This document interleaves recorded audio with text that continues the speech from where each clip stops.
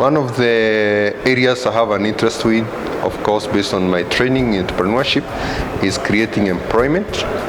And based on this, I would say that one of the patterns that quickly emerges in Kenya is the impact of diaspora in terms of the remittances that we do receive in this country. So if you look at the current unemployment rates of youth, which if I remember correctly from the data from the Kenya Bureau of Statistics, is around for 10% or 14%, depending on the age group that you look at. Then if we are going to look at creating that employment locally, it's quite a lot of work to be done. So one of the other alternatives, of course, is to look at opportunities in which qualified Kenyans can actually get jobs out of the country. And I think this is one area where the country needs to look attention and try to expand. This is based on the fact that the statistics already show that the diaspora remittance is quite a substantial amount.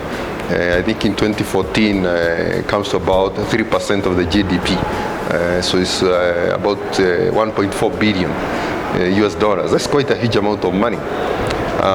So if you're able to get more Kenyans to actually get jobs outside, especially in markets where they can get good jobs based on their level of training, then it will be solving the problem of unemployment in a different way.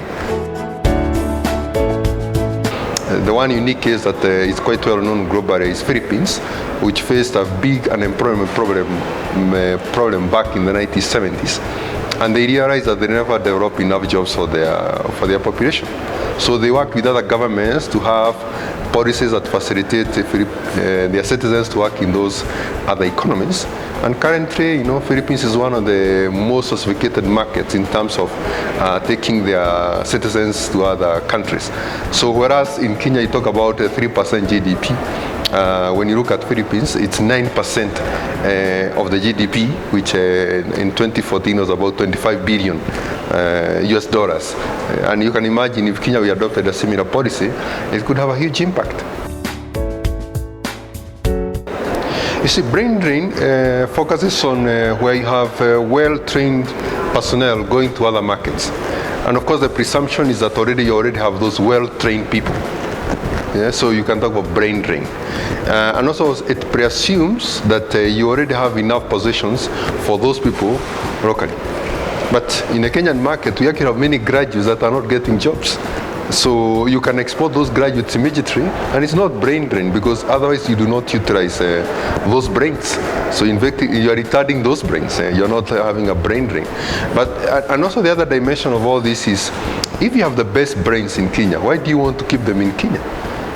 They could be the best brains in other markets. I remember one case here in Strathmore. We had the best student in KCSE in Strathmore. And that student was recruited by a US university. And later was working as a programmer or a system analyst in NASA. Yes, for the National Intelligence Agency. I mean, those brains could be actually developing software that we finally use in Kenya because they have the facilities in the US. If we kept that student here, maybe we never get those programs. So you see, it's a kind of not too much broader thinking if you want to retain the best brain to do maybe something limited. Based on globalization, the concept of brain drain is slowly being replaced by brain gain.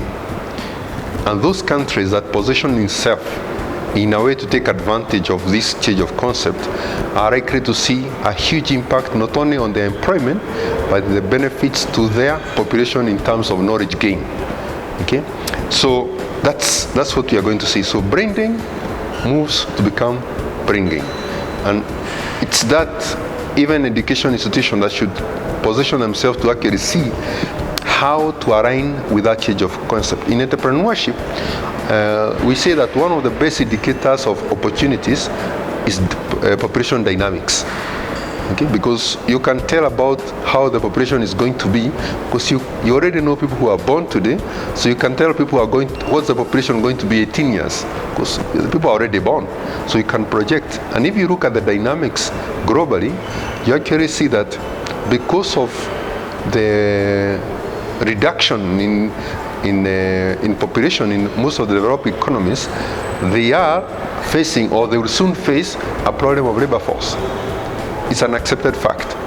So one of the opportunities that is out for grabs is those countries that will focus and prepare their labor force to work in those developed economies with a very positive mindset that when these people go there, they're actually going to gain.